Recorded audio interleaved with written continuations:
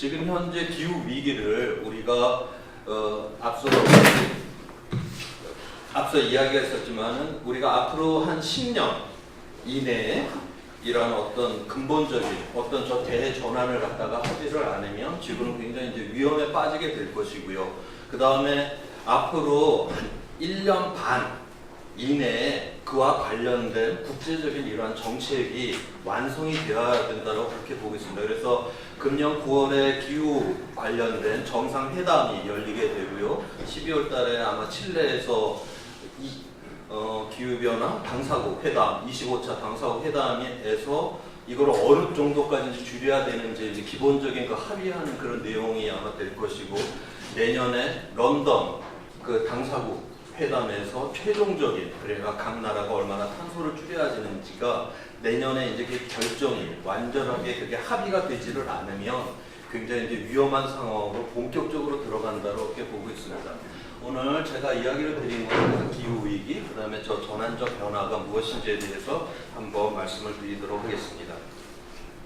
먼저 왜 기후가 안정해야 되는가에 대한 그걸 한번 말씀을 드리려고 하는데요. 그 예로 지금 여기가 현재 여기가 10만 년 전입니다. 우리가 그린란드가 이제 육지에 있는 빙하인데 그게 이제 눈이 내려서 쌓여갖고 된 빙하이거든요. 그래서 이제 그 사이사이에 공기방울들이 있고 그 공기방울을 뽑아내면 그 안에서 우리가 온실가스 농도도 알아내고 그 안에서 이제 먼지의 양도 알아내고 먼지의 양을 갖고서는 그린란드까지 이 정도의 먼지가 올라고 하면 얼마나 바람이 세게 불었을까? 그렇게 해서 이제 먼지의 양도 알아내고요.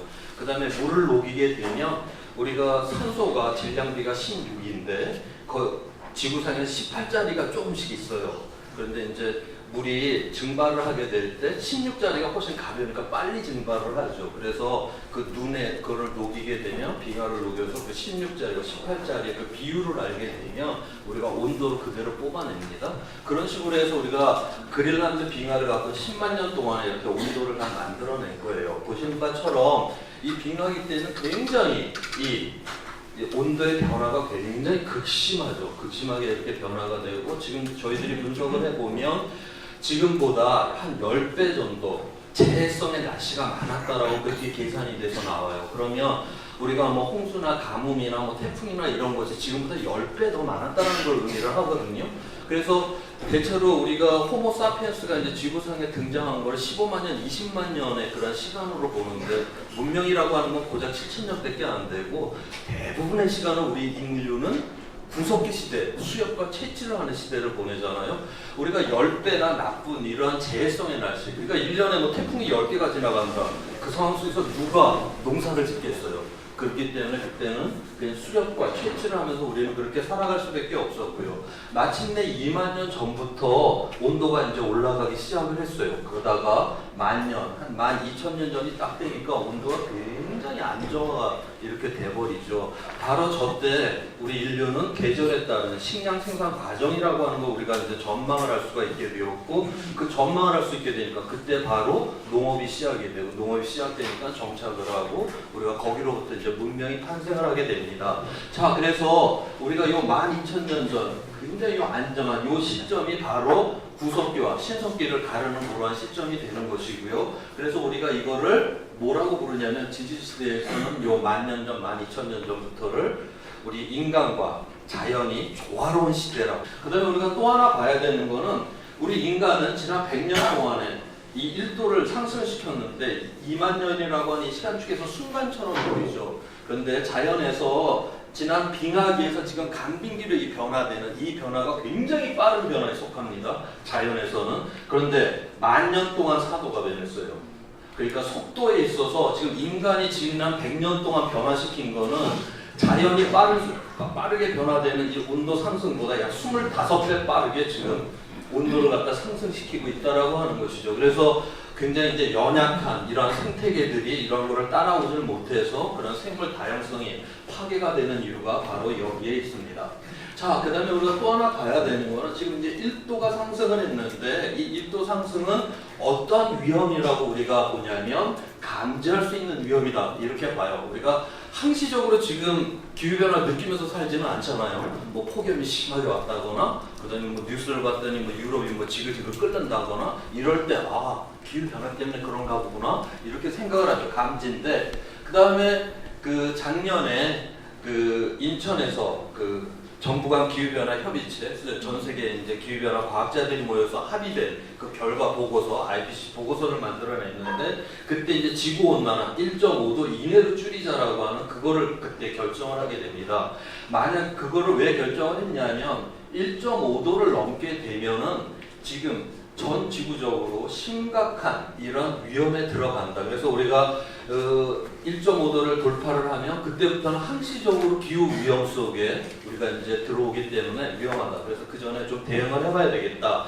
그래서 지금 현재 1년에 약 한 0.2도씩 상승을 하고 있어요. 그래서 지금 추세대로 그대로 간다라고 하면 2040년이면은 1.5도를 돌파를 할 것이다라고 이제 작년 10월에 기후과학자들이 이렇게 이제 딱 결론을 내려놨는데, 그 뒤로 나오는 뭐 네이처라든가 이런 논문들이 다시 다 분석을 해보니까 야, 2040년이 아니라 2030년이면은 1.5도를 돌파할 수가 있다라고 지금 그러한 결과들이 지금 나오고 있는 상황입니다. 자, 그 다음에 2도를 이제 돌파를 하게 되면, 2도는 우리 아까 이야기했던 2015년 파리기후 협약에서 이제 2도 이내로 줄이기로 했잖아요. 2도를 돌파를 하게 되면 그때는 이 탄성력을 상실한다라는 표현을 씁니다. 우리가 스프링을 조금 당겼다 놓으면 제자리로 돌아와요. 그러니까 2도 이내에서는 우리가 지구가 원상태로 올 수 있는 그 가능성이 있는데, 2도를 넘어가게 되면 스프링을 확 당기면은 그 금속의 속성이 완전히 변화되면서 다시는 제자리로 이제 못 돌아오는 그러한 상황이 돼버리잖아요. 그래서 그러한 완전히 탄성을 잇는 그러한 상태가 된다라고 그렇게 보고 있습니다. 그러면 지금 우리가 우리의 문명이다라고 하는 것이 지금 기후에 다 맞춰져서 이렇게 돼 있는데, 그것 자체가 변화가 이제 일어난다라고 하는 것이기 때문에 굉장히 위험하다라고 보고 있고요. 다시 이 부분에 대해서 한번 설명을 드리도록 하겠습니다. 자, 그래서 이제 앞서의 그 기후변화에 대한 그 결론적인 그림이기도 한데요. 지난 한 120만 년 동안에는 10만 년 주기로다가 빙하기를 갔다가 간빙기를 갔다. 근데 간빙기는 상대적으로 굉장히 짧은 시기예요. 그 10만 년 중에서 한 몇천 년 정도만 간빙기이고, 나머지는 대부분 다 빙하기가 있습니다. 빙하기로 갔다가 간빙기로 갔다 왔다 갔다 했어요. 한 12번을. 그러다가 10,000년 전부터 해서 우리 홀로세라고 하는 굉장히 안정된 기후 상태로 이렇게 왔었는데, 자, 지금은 인류세라고 하는 이러한 시대에 돌입을 했습니다. 지난 10,000년 동안의 인류가 약 500세대를 거쳤어요. 그래서 10,000년 동안 이 500세대 거치는 동안 지구에 뭔가 변화를 일으켜 놨을 거 아니에요? 그거보다 지난 50년 동안 우리 인간이 변화를 시킨 게 훨씬 더 커요. 그렇게 할 수 있었던 거는 수억 년 동안 저장돼 있던 햇빛이라고 하는 그 에너지, 즉 화석연료라고 하는 그 에너지를 사용을 했기 때문에 우리가 어마어마한 그런 변화를 일으킬 수 있었고, 오늘날 문명을 만들 수는 있었는데, 우리가 여기서 우리가 온실가스, 뭐 미세먼지, 온갖 쓰레기를 갖다 이제 지구에다가 이제 내던져 나갔고, 우리의 생존 자체를 다시 위협으로다가 지금 빠뜨리고 있는 그런 상황이 돼서, 그렇게 되면은 이렇게 안정된 어떤 계곡이 있어야지 이게 지금 버틸 수가 있는데, 새로운 계곡, 어떤 찜통과 같은 이런 계곡에 이제 둘러빠질 그런 가능성이 높게 된다. 그러면 일단 여기에 한번 빠지게 되면 우리 인간 스스로 절대로 이거를 지구를 이 자리에다가 끌어올릴 수가 없어요. 거기에 대해서 잠깐 설명을 드려보도록 하겠습니다. 이 북반구에 특히 이제 이렇게 할 수 있는 요소들이 많은데요. 자, 인간 활동에서 온실가스가 증가가 되고 지상온도가 증가를 돼서 북극권이 온난화가 되면, 북극의 해양, 북극 쪽은 다 그게 북극해라고 하는 바다로 돼 있죠. 그런데 거기 추우니까 물 위에 이제 빙하가 있어요. 그걸 우리가 해빙이라고 하는데, 그쪽이 온난화가 되면, 따뜻해지면 해빙이 녹을 거 아니에요. 그렇게 되면은 그 전까지는 얼음으로다가 빛이 들어왔다 90%가 그냥 우주로 반사돼서 그냥 나갑니다. 바로. 근데 녹게 되면은 바닷물에 시커멓죠. 그러면 90%가 반사되던 빛이 90%가 물속으로 흡수가 돼요. 지구가 그러니까 90%의 그 열을 받아들이게 되는 것이죠. 그러면 그거는 이산화탄소 배출하고는 아무 상관도 없이 온도가 스스로 올라가요. 우리가 그거를 대먹임이라고 그렇게 부릅니다. 또 어떤 게 있냐면, 또 온난화가 됐어요. 그러면 영구 동토층이라고 하는 게 있습니다. 저건 시베리아 이런 쪽에 그다음에 카나다 그 북쪽에 가면 여름철에 짧으면 한 2주, 길면 한 2달 동안 풀이 확 짜러 올라와요. 근데 거기는 바로 겨울이 들어오니까 썩을 틈이 없어요. 그래서 거기 수만 년 동안 그냥 척척 쌓여 있다 보니까 깊은 곳은 한 1km 넘는 곳까지 이렇게 쌓여 있는데 그건 다 탄소의 덩어리로 돼 있어요. 탄소의 덩어리로 돼 있는데 북극권이 이제 따뜻해져서 거기가 영상의 기온이 되게 되면 거기로부터 메탄이라고 하는, 그러니까 이산화탄소보다 23배 더 강력한 온실가스가 나오게 됩니다. 그런데 동토지대가 갖고 있는 그 이산화탄소의 양이 즉 공기 중에 있는 산소의 양보다 훨씬 많아요. 그러니까 일단 온난화가 이렇게 일어나기 시작을 하면 지구는 스스로 이산화탄소의 농도를 높여서 지구를 온난화시킬 수 있는 거죠. 그런데 여기에는 인간이 개입이 되지는 않아요. 자, 그렇게 돼서 스스로 온도를 다 올릴 수 있는 이런 메커니즘들이 북극권에 굉장히 많고요. 또 다른 지역에도 많기는 하지만 특히 북쪽 지역에 이제 굉장히 많이 그렇게 배치가 되어 있습니다. 자, 여기서 우리가 보는 거는 지난 5억 년 동안에 5번의 대멸종 사건이 있었죠. 그때는 우리 인간이 존재를 하지를 않았는데도 저렇게 기후변화가 일어나갖고 대멸종을 해버렸단 말이죠. 자, 인간은 지금 현재 우리가 온도를 이제 높이게 되면은 어느 정도만 높여서 저 북극권이 저렇게 해빙이 되고 영상의 온도가 다 돼버리고 나면 스스로 지구는 온도를 높일 수 있는 이런 대목임들이 작동을 하기 시작했어요. 그래서 지구가 이 세상에서 6번째 우리가 대멸종에 들어가게 될 때에는 사람이 높인 이산화탄소 농도 때문에 대멸종이 들어가는 게 아니라 우리는 단지 그 대멸종에 들어갈 수 있게끔 방아쇠를 당겨주는 역할만 한 거예요. 그래갖고 여기에 일단 한번 둘러 빠진 다음에는 스스로 막 온도가 막 올라가잖아요. 이 상황에서는 뭐 인간이 아무리 개과천선을 해갖고 뭐 내일부터 우리는 자동차를 안 몰래 뭐 공장문을 다 닫을래 해봤자 그건 웃긴 거예요. 자연은 스스로 어마어마한 그런 탄소를 배출할 수 있는 메커니즘들이 지구 곳곳에 다 심겨져 있기 때문에 그게 다 활성화가 되게 되면 지구는 여기로부터 우리는 스스로 이 자리에 돌아올 수가 없습니다. 그래서 우리가 기후변화를 대응을 한다라고 하는 거는 바로 이 안전한 지금 우리가 홀로세라고 하는 이 안전한 기후 조건에 우리가 지구를 안전하게 지금 갖다 놔야 된다라고 하는 것이 기후변화 대응의 최대 그런 목표가 됩니다.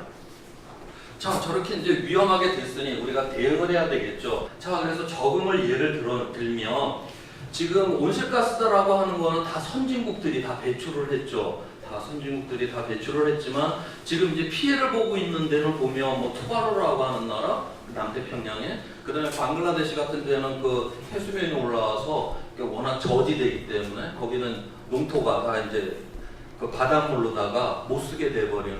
근데 그런 나라들은 이산화탄소 배출하고 아무 상관이 없는 나라죠. 그래서 지금 현재 이산화탄소를 배출해서 산업을 일으켜서 잘 사는 나라가 있는 반면에 아무 상관도 없는 나라들이 다 이제 그런 고통을 그대로 안고 살아가고요.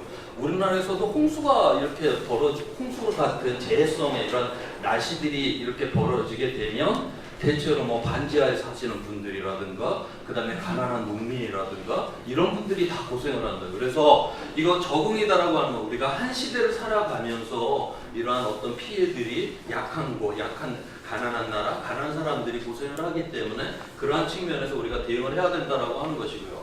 그 다음에 저감이다라고 하는 거는 오늘날 지금 우리 사회가 미세먼지로다가 굉장히 이제 그 핫한 그런 상황이 있는데 미세먼지는 한번 배출이 되면 하루 이틀 그리고 아무리 오래 가도 일주일 이내가 되게 되면은 뭐 햇빛하고 반응하고 해갖고 싹 없어져요. 그러니까 지금 우리가 미세먼지를 우리가 뭐 여행을 뭐 교통 뭐 차를 몰고 다니고 그다음에 공장에서 그렇게 해갖고 차를 몰았고 그다음에 공장을 돌렸으니까 우리한테 편익 이익이라고 하는 게 있죠. 이익이라고 하는 게 있고 그런데 그것 때문에 미세먼지가 나왔어. 그런데 그거를 우리가 둘러맞았으니까 건강을 잃겠죠. 자기가 이익이 있고 건강을 잃고 어떤 면에서 쌤쌤이에요. 그런데 얘는 일주일 이상이 가지 않는다라고 그랬잖아요. 미세먼지는. 그건 자기 시대에 끝나는 것이고 그 영역도 그렇게 넓은 지역으로 이렇게 확산이 안 돼요. 그런데 온실가스는 한번 배출이 되면 수백 년 동안 갑니다. 이 지구상에 수백 년 동안 가서 그러면 이게 계속 그 다음에 수백 년 동안 가니까 계속 누적이 돼요. 그러니까 점점 그 강도가 강해지는 이런 속성을 갖고 있고요. 그 다음에 이 아까 그 미세먼지 같은 경우는 그 피해가 건강이라고 하는 그 피해밖에는 있지는 않는데 이 온실가스는 이게 온도가 올라가게 되면 재해성의 날씨만 많아지느냐 그것뿐만이 아니라 뭐 물이 부족해진다라든가 물이 부족해지면 식량이 부족해지고 또 그다음에 뭐 해양이 산성화되고 해수면이 올라가고 뭐 그다음에 이게 전 지구적으로 이게 다 퍼지는 문제예요. 그래서 이거는 미세먼지하고는 이게 등급상 그 위험의 등급상이 같은 등급이 아니에요. 전혀 다른 세계이고 그다음에 이 피해라고 하는 거는 우리 후손들, 우리 다음 세대들은 아무런 편익이라는 건 없이 굉장히 점점점 세지는 그 강도가 높은 기후변화라고 하는 거를 그대로 안고 살아야 돼요. 그래서 원인 발생자하고 그거를 뒤처리를 해야 되는 사람이 전혀 틀린 사람들이 이거를 해결을 해야 된다. 그래서 이거는 저감이라고 하는 거는 다음 세대에 대한 이런 책임성이다라고 하는 것이 이 안에 있습니다. 그러한 측면에서 이제 에퀴티라고 하는 가치 속에서 우리가 기후변화를 대응하게 됩니다. 자, 그래서 우리가 이제 사회 경제라고 하는 이 부분하고 그 다음에 이 배출량이 어떻게 연관이 되어 있는가를 한번 말씀드려보도록 하겠습니다. 자, 우리가 CO2라고 하는 게 굉장히 과학적인 양이죠. 뭐 ppm 단위니 뭐 배출량이니 하는 것들이 그렇지만 이 배출량을 어떻게 그런 결정이 됐는가를 이렇게 보게 되면 사람이 많으면 많을수록 CO2는 배출이 많아요. 그 다음에 인구당 서비스, 잘 살면 잘 살수록 배출이 많아요. 잘 사는 나라들이 다 이산화탄소 다 배출했잖아요.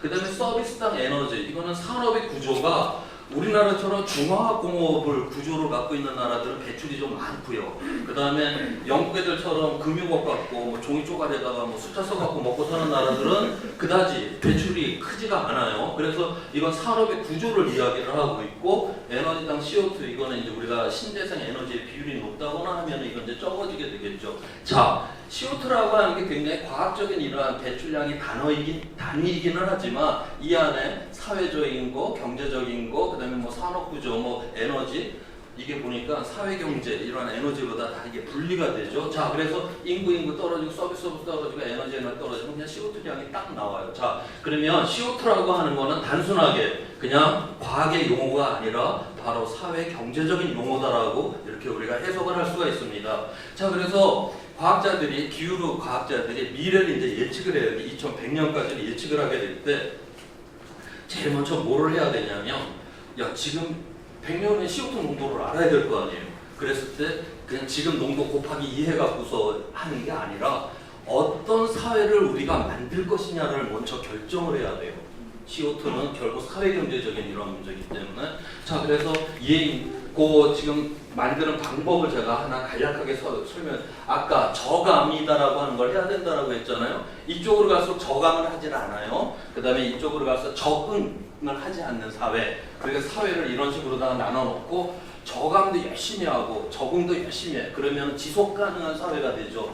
이러한 사회가 되었을 때 이산화탄소 배출이 100년 동안 어떻게 될 것인가를 우리가 그게 이제 나오게 되고요. 그 다음에 예를 들어서 적응은 참 열심히 했어. 그런데 저감을 하지를 않아. 그러면 발전은 잘하겠죠. 이산화탄소 배출을 많이 했으니까. 그렇지만 이거는 마지막에 가서는 지구가 위험으로 뚝 떨어져 버리는 이런 사회가 될 것이고 뭐 이런 식으로다가 해서 지금 3번 같은 경우는 이 저감도 하지 않고 적응도 하질 않아요. 이건 전 세계에서 지금 뭐 기후변화 당사국 회담이 뭐 이런 거 다 안 해.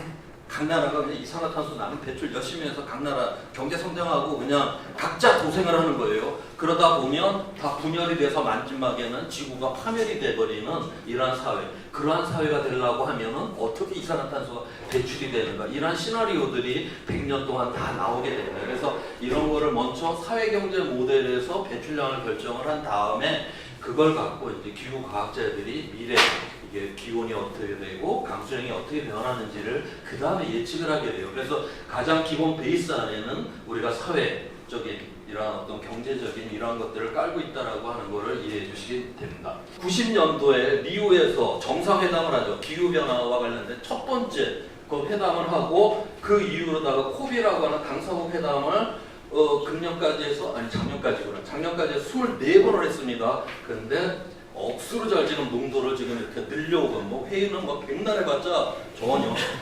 속성상 그리고 이산화탄소는 온실가스는 누적성을 갖는다고 그랬어요. 얘는 미세먼지처럼 없어지는 게 아니에요. 금방 없어지는 누적성을 갖기 때문에 뭐 그런 측면도 있긴 하지만 계속적으로 증가를 했고 이 증가율이 점점 더 빨라지고 있죠. 그래서 회담은 디립다 열심히 해놓고 실제로다가는 아무것도 제대로 된 최소한 이 증가율이라도 이거 떨궈줘야지 이게 맞는 건데 증가율 자체가 지금 다 이렇게 올라가고 있는 이런 추세선을 지금 갖고 있다라고 하는 그래서 실질적으로다가 유엔에서 굉장히 기후변화 이러한 것들에 대해서 많은 이야기는 하고는 있지만 실질적으로 거의 지금 대응을 하지 못한 그런 상태에 있습니다. 자 그러다가 보니까 어디까지 지금 몰렸냐면 지금 1980년 이후에 요 까만 선이 이제 배출량이에요. 요만큼 이제 우리가 CO2를 요만큼 배출했고 만약에 2000년도에 인류가 개과천선을 해갖고 야 줄여야 되겠다 해서 줄인다라고 했었으면은 1.5도로 맞추는 경우 아까 1.5도가 좀 광범위한 이제 위험이 된다라고 했으니까 그러면은 요때 요렇게 이산화탄소를 요런 식으로 줄여올 수가 있어요. 그래서 1년에 한 4%씩만 줄이면은 달성을 할 수가 있었는데 아까 앞에서 그림에서 보듯이 지금 2019년까지 그 금년까지 보면은 계속 지금 증가를 이렇게 지금 시켜오는 상태에 있습니다. 그래서 이 상태에서 우리가 1.5도를 맞춘다라고 하면 지금 2030년에 지금 현재 2010년 기준으로 해서 약 45%만 배출을 해야 되고요. 그 다음에 2050년이 되게 되면 요 까만색으로 따라와야 돼요. 그러면은 배출량이 넷제로라고 합니다. 넷제로는 우리가 화석연료를 전혀 안 쓴다라는 게 아니라 내가 숲을 많이 만들었어. 그러면은 광합성원에서 숲에서 이산화탄소를 많이 흡수를 할 거 아니에요? 그만큼 화석연료를 쓸 수 있다는 소리예요. 그런 넷제로가 2050년이면 달성을 해야 되는 그런 상황이 있습니다. 자, 그런데 앞으로 10년 동안 전혀 줄이지를 않고 10년까지 그냥 가 2030년까지 그때에 대해서 1.5도에 맞추려면 그 다음에는 넷제로로 그냥 바로 가야 돼요. 세상에 이런 세상은 없죠. 어떻게 금년까지는 화석연료 그렇게 쓰다 내년부터는 화석연료를 하나도 안 쓰는 그래서 이거는 바로 지금 현재 10년 후까지 지금 이 모양으로 그대로 가다가는 전혀 바로 이제 위험으로 들어가는 거로 그렇게 보겠습니다. 그래서 10년이 굉장히 중요한 그러한 해이고 내년 말까지 저와 관련된 국제적인 합의가 된 이런 회의가 끝나야 된다라고 그렇게 보고 있습니다. 그러니까 여기 지금 파란색으로 되는 거는 1.5도에 우리가 이제 이때 태어난 사람들이 이미 많이 배출을 했잖아요. 그래갖고 이 사람들은 이만큼 배출이 가능한 거고 그런데 2017년에 태어나는 친구들은 요만큼밖에 배출을 못해서 1950년에 배출하는 사람이 50년에 태어난 사람에 비해서 8분의 1밖에 되지를 배출을 할 수가 없게 돼요. 그런데 이나마도 우리는 지금 전혀 이 1.5도를 마저도 지금 지키려고도 하지도 않고 있는 그런 상태에 있기 때문에 바로 이제 어린 세대들이 분노를 하는 것이고 그 다음에 기존에 그러면은 이 사회를 만들어 온 그런 어떤 정치적인 그런 주류 세력들이 이걸 전혀 지금 해결을 하려고 하지도 않고 앉아 있잖아요. 그래서 이제 어린 세대들이 아예 그러면 아무것도 있는 세상은 이 상태로다가 아무것도 안 변하니까 이 시스템 자체를 완전히 바꿔야 되는 그런 세상이 왔다라고 이야기를 해서 어린 세대가 지금 분노를 하는 이유가 바로 이것 때문에 그렇습니다. 자, 그래서 이걸 이제 대응을 해야 되는데 지금부터 이제 그 전환적 변화를 한번 이야기를 드리는데 그 전에 지구가 지금 어떤 상태인가를 한번 말씀을 드리도록 할게요. 지금 이제 매년 우리가 76억 현재 76억 명의 인구가 먹고 쓰고 버리고 하기 위해서 지구가 이제 순환적인 그 면적이 필요한데 지금 현재는 그 순환적으로 살려고 그러면 지구가 약 한 1.7배가 필요합니다. 이건 어떻게 표현이 되냐면 우리가 은행가라고 하면 지금 이자를 갖고 먹고 사는 사람들이 아니라 원금을 까먹으면서 살고 있는 사람들이에요. 그러면 원금을 까먹다 보면은 뭐 조만간에 파산을 해버리겠는데요. 자, 그래서 지금 이 상태로다가는 곧 파산이 돼요. 그런데 더 한 거는 지금 76억의 인구가 미국 사람처럼 살면 지구가 5개가 필요하고 호주 사람 4.1개, 대한민국이 3위를 해버렸습니다. 지금 3.5개가 지금 필요하다라고 하는 것이고요. 그 다음에 옆에 보게 되면 각자 나라가 자기 나라의 영토를 갖고서 순환적인 그거를 하려면 어느 정도의 영토가 필요하냐. 지금 대한민국 같은 경우는 우리 영토에 8.5배가 필요해서 세계 1위를 해버렸어요. 자, 이거는 지금 현재 우리가 뭐 식량 자금률 뭐 한 25%밖에 안 돼서 다 수입을 해다 먹고요. 자원 다 수입해 와야죠. 그다음에 에너지 다 수입을 해 와야죠. 결국 우리가 지금 이 땅 안에서 나오는 그걸 갖고 우리가 지금 살 수가 없는 지금 이런 상황에 있다라고 하는 것이고요. 그래서 이거를 보게 되면 여기서 궁극적으로 이건 뭐 전 세계 평균이긴 하지만 여기서 대한민국을 따로 이렇게 놓고 보게 되면 결국 우리가 지구 환경의 위기, 기후의 위기가 실질적으로 닥쳐왔을 때 최전면에서 가장 고생을 하게 될 나라가 바로 우리나라일 수밖에 없다라고 하는 것을 여기서 이야기를 해줍니다. 그런데 실제로 우리가 그 국제 무대에 나가서 뭐 그런 기후변화 당사국 회담이라든가 이런 데서 어떤 면에서 대한민국이 가장 맨 앞에서 대응을 해야 된다라고 외치면서 다녀야 되는 나라여야 되잖아요. 근데 우리나라는 그냥 이른바 뭐 유럽 국가 이런 데 그냥 뒤에서 그 친구들 하는 거 봐서 그냥 그 졸졸졸졸 따라다니는 그런 수준으로다가 굉장히 어떤 면에서 굉장히 지금 안이한 그런 대응을 하고 있다라고 하는 거를 또 이거를 보면서 우리가 확인이 가능합니다. 자, 그래서 지금 현재는 지구 자체는 유한해요. 근데 인간은 그거 1.7배가 되는 거를 지금 쓰고 있고요. 1.7배를 쓴 거는 왜 썼어요? 결국 인간의 욕망은 무한하잖아요. 지구는 유한과 지금 무한이 지금 충돌을 하고 있고, 근데 지구는 환경적으로다가 뭐 기후변화 일어나 에너지도 부족해, 뭐 자원도 부족해, 다 이 환경적 요인들은 다 안 좋은 방향으로 다 가고 있어요. 그래서 이런 압력 속에서 지구가 이제 짜부가 되는 그런 상황 속에서 우리가 이제 새로운 통찰력, 새로운 사회를 향한 어떤 이제 그런 꿈을 꿔야 되는 그런 세상이 되었습니다. 자, 그래서 과학자들이 그 기후변화 이외에 지구위험 한계라고 하는 거를 이제 정했어요. 9가지의 요소를 찾아냈고, 그 다음에 이 각각에 대해서 정량적인 값들, 요 값을 넘어가면 위험해 라고 하는 것들 다 찾아냈습니다. 그래서 녹색 범위에 있으면 안전이고, 노랑이면 이제 불확실 영역, 빨간 거면 완전히 위험 영역으로 넘어간 것이고요. 지금 뭐 화학이라든가 에어로졸, 미세먼지 같은 경우는 정량화는 아직 못 시킨 상황에 있고, 기후변화 같은 경우는 아까 2도를 넘으면 이제 위험이다라고 그랬잖아요. 그래서 지금 현재 불확실 범위에 있고, 생물 다양성 같은 경우는 원래는 100만 종당 자연적인 멸종률이 한 0.1에서 한정 정도가 원래 사라져요, 지구상에서. 그런데 현재 100만 종당 100종 정도가 사라져요. 그러니까 자연 멸종률보다 100배 내지 한 1000배 정도 지금 빠르게 그렇게 멸종이 되고 있습니다. 그래서 우리가 6,500만 년 전에 유카탄 반도의 소행성이 떨어져가지고 이제 공룡이 멸종될 때 그 다음날 일어났더니 그냥 싹 죽었나? 그거 아니에요. 그래서 한 수천 년 동안 그게 죽어서 그렇게 다 멸절이 된 겁니다. 지금 이거 뭐 100만 종당 지금 100종 정도씩 만 년 지나면 100만 종 죽어서 다 없어지는 거 아니에요? 그래서 지금 이미 우리는 6번째 그런 대멸종에 들어왔다라고 그렇게 보고 있고요. 그래서 각각각이 그다음에 이런 생물 다양성의 이런 감소는 뭐 기후변화나 뭐 아마존의 토지 까고 그다음에 그 물이 오염이 되고 질소가 많아져가지고 뭐 녹조, 적조 생기고 해양산성 이런 거하고 다 관련이 돼 있죠. 그래서 이건 독립적인 것들이 아니라 하나가 무너지면 다 같이 무너지는 도미노적인 이런 효과들을 갖고 있습니다.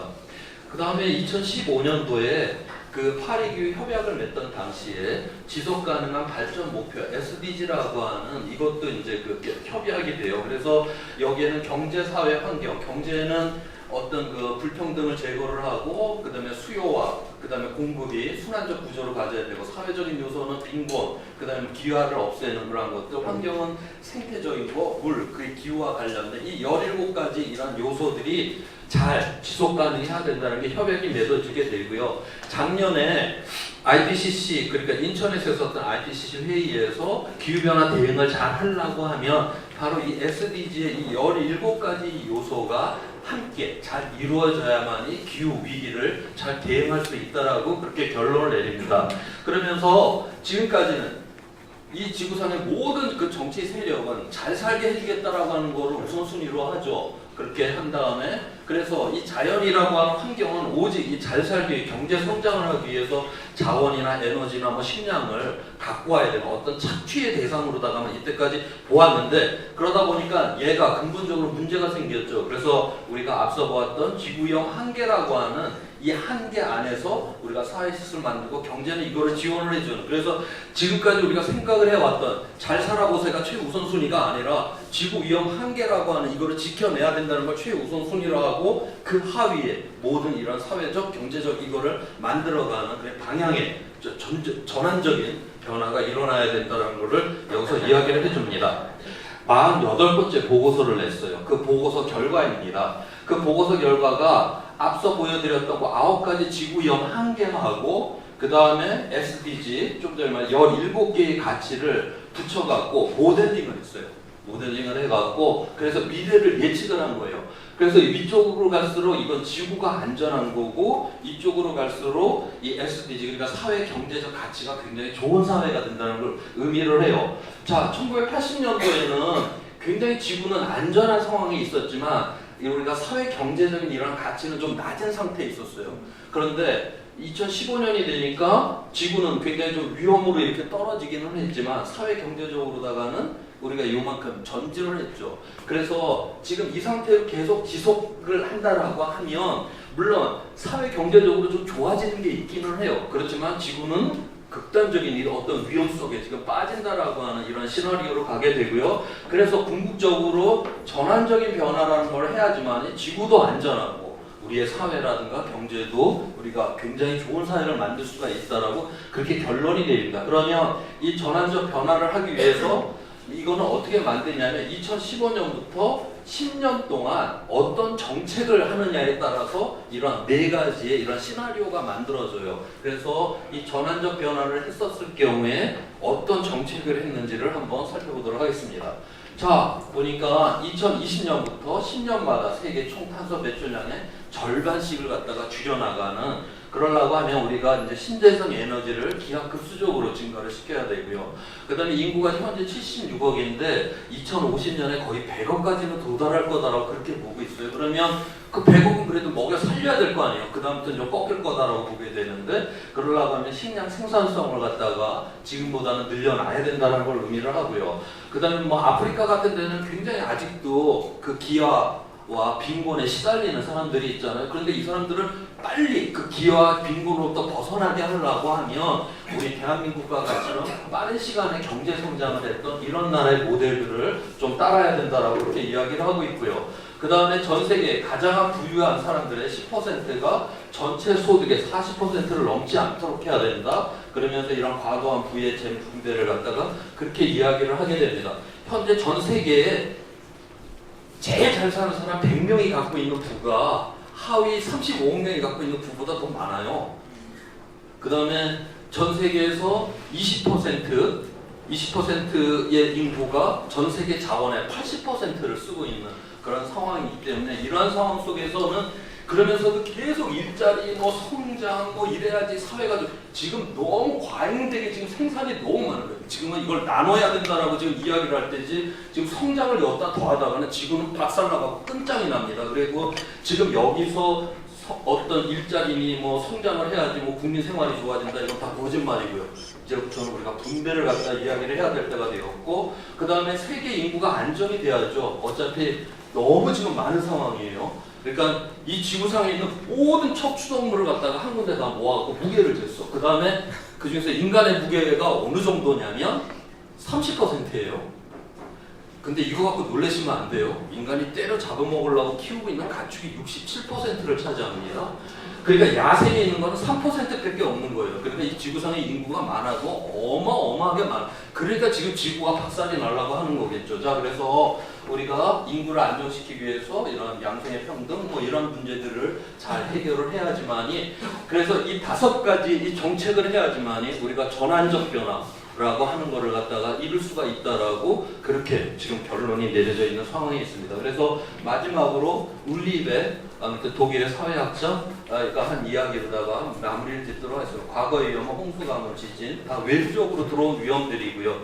이런 것들은 뭐 홍수가 나면 뭐 뚝을 잘 쌓고 뭐 가뭄이 들면 뭐 댐을 잘 만들고 그다음에 뭐 전염병이 돌면 막 예방주사 잘 놔주고 그래 대한민국은 이걸 무지 잘한 나라예요. 그래서 이런 어떤 결핍으로부터 대한민국은 금방 이걸 벗어났죠. 그런데 문제는 현대 위험이다라고 하는 건 거의 다 내재적인 위험이에요. 어떤 면에서 우리가 과잉된 삶, 어떤 욕망에 이런 어떤 그 질주 이러한 것들 때문에 다 일어났던, 그래서 궁극적으로 이건 결핍이 아니라 과잉, 그래서 우리가 성찰이다라고 하는 거를 생각을 해봐야 된다라고 이제 우리들에게 이렇게 이야기를 했고요.